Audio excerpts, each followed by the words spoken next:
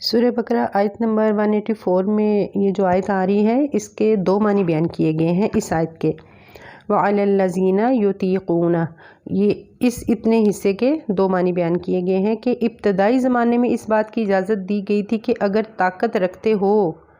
تو روزہ رکھو ورنہ مسکین کو کھانا کھلا دو، لیکن بہتر یہ ہے کہ تم روزہ رکھو اگر تم اس کے فائدے، ثواب اور اس سے حاصل ہونے والی برکات جانتے ہو۔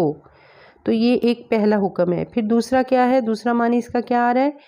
کہ وہ لوگ جو مشقت سے روزہ رکھیں، یعنی کہ جن کو بہت مشکل ہے روزہ رکھنا، جیسے کہ بوڑھے لوگ ہیں یا پریگننٹ خواتین ہوتی ہیں،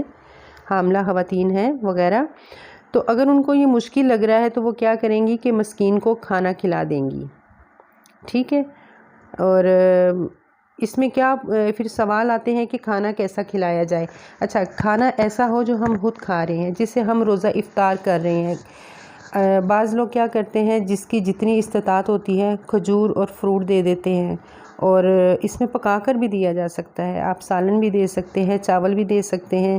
راشن بھی دے سکتے ہیں، اور اکٹھا بھی دے سکتے ہیں، یا آپ ان کو الگ الگ، یعنی کہ اکٹھا ایسے کہ آپ پورا مہینہ فرض کریں روزہ نہیں رکھ رہے تو آپ پورے مہینے کا راشن ڈال کے دے دیں ان کو، اور نیت یہ ہو کہ میں اپنے یہ فدیہ دے رہی ہوں۔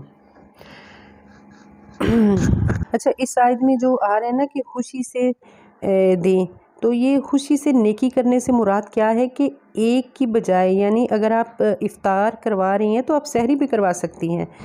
دونوں وقت کا کھانا دے سکتی ہیں، ٹھیک ہے۔ اصل کرنے کا کام روزہ رکھا جائے، مین چیز پھر بار بار آیت میں یہی آتا ہے کہ اچھا یہ ہے کہ تم روزہ رکھ لو۔ اچھا، یہ یاد رکھیں کہ فدیہ روزے کے برابر نہیں، اگرچہ اس سے روزے کا فرض پورا ہو جائے گا، ٹھیک ہے، یہ پہلی بات ہمیں سمجھنی چاہیے۔ اور پھر اس کے علاوہ اسی آیت میں 3 بار خیر کا لفظ آیا ہے، گویا روزہ، فدیہ، ان میں خیر ہی خیر ہے۔ کیا خیر ہے اس میں؟ یہ تو اللہ تعالیٰ ہی ہمیں بتائے گا نا، جب اللہ نے کہا ہے کہ روزہ میرے لیے تو اس کا اجر میں ہی دوں گا، اور انشاءاللہ تعالیٰ ہمیں آگے روزوں کی توفیق اللہ تعالیٰ دیتا رہتا ہے، صبر آ جاتا ہے، یہ خیر ہی تو ہے، سارے کام آسان ہونے شروع ہو جاتے ہیں، اور ایک دل میں سکون ہوتا ہے، ایک ماحول میں سکون آ جاتا ہے، اور اس کی پتہ رمضان میں فیلنگ کیسی ہو جاتی ہے،